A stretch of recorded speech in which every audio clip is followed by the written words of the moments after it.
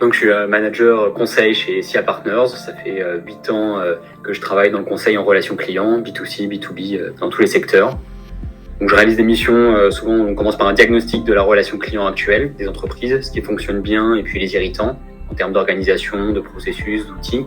Ensuite, je les aide à s'aligner sur l'ambition cible en termes de relations clients et définir une feuille de route avec des leviers pour atteindre cette cible, en apportant à chaque fois les meilleures pratiques liées à la data ou à l'intelligence artificielle qu'on a pu constater.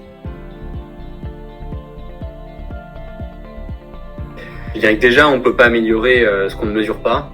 La clé d'une expérience client réussie, c'est d'abord de mesurer les indicateurs de performance de la relation client à chaque étape des parcours.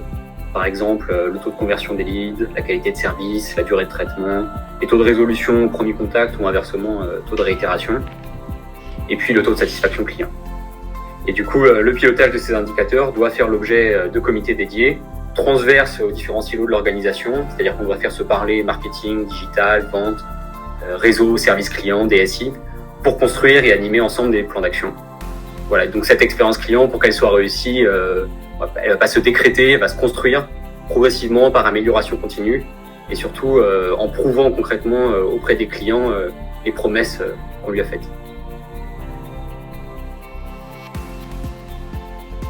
Je dirais que le premier enjeu, c'est d'abord d'arriver à mieux maîtriser et qualifier les flux entrants et d'être sélectif sur les volumes qu'on a envie de traiter par des humains, surtout de manière synchrone ou pas. Donc ça passe notamment par des solutions comme Dial Once qui créent des passerelles entre les canaux physiques et digitaux et qui orientent les demandes vers les bons canaux pour optimiser l'activité. Ensuite, il y aurait un enjeu d'améliorer l'efficacité des agents, donc que ce soit des conseillers de vente ou des conseillers clients. Donc pour ça, avant, on avait déjà l'automatisation qui permettait d'améliorer l'efficacité plutôt sur ce qui est de back-office, à faible valeur ajoutée. Et maintenant, ce qu'on en remarque, c'est que l'IA s'étend de plus en plus vers le front, avec des propositions de réponses qui sont faites par l'intelligence artificielle, que l'agent peut ensuite ajuster, modifier. Et puis l'IA va apprendre de ses erreurs et être de plus en plus pertinente. Et puis enfin, peut-être industrialiser tout ce qui est le pilotage de la relation client, l'hypervision. Donc d'abord, la tendance, ça va être le workforce management, c'est-à-dire améliorer continuellement ses prévisions, la planification des équipes et puis le pilotage de l'adhérence.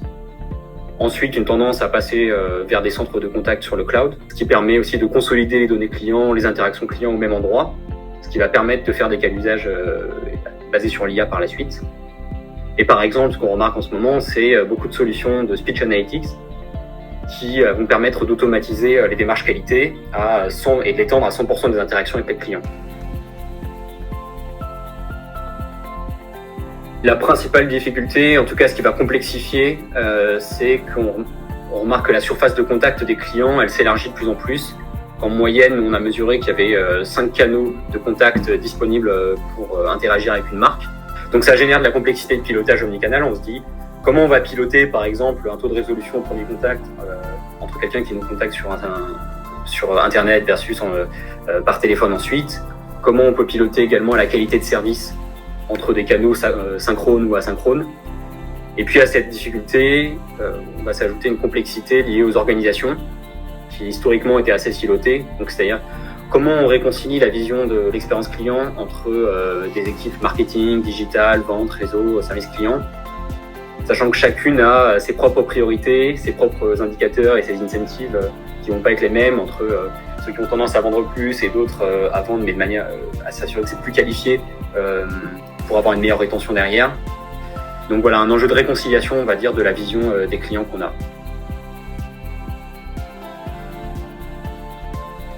Oui, alors je sais pas s'il y a une meilleure expérience client, mais en tout cas, c'est vrai qu'on regardait aussi ce qui se fait en termes de mauvaise expérience, ça peut être aussi un enseignement pour savoir ce qu'il faut pas répliquer. Et je pense qu'aujourd'hui, les clients s'attendent à de la personnalisation dans les échanges, à être connu et reconnu, à ce qu'on n'ait pas à répéter son historique à chaque fois. Et c'est vrai que par exemple, si on a je pense un exemple concret que j'ai vécu avec des opérateurs télécoms où on a un problème technique, on est obligé de le réexpliquer à chaque fois, à chaque acteur. En parallèle, on reçoit un appel marketing pour essayer de nous faire du cross-sell alors qu'on a un incident en cours. C'est typiquement ce qu'il faut éviter. Il vaut mieux essayer justement de construire cette vision client unifiée et coordonner les différents acteurs pour, quand il y a quelqu'un qui a un problème technique, essayer d'abord de le résoudre parce que ça peut être très mal vécu de pousser des actions marketing à ce moment-là.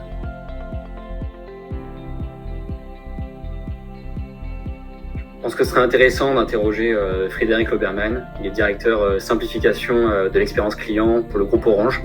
Et on va dire qu'il est très vocal, il a des fortes convictions sur ce qui est une bonne ou une mauvaise expérience client.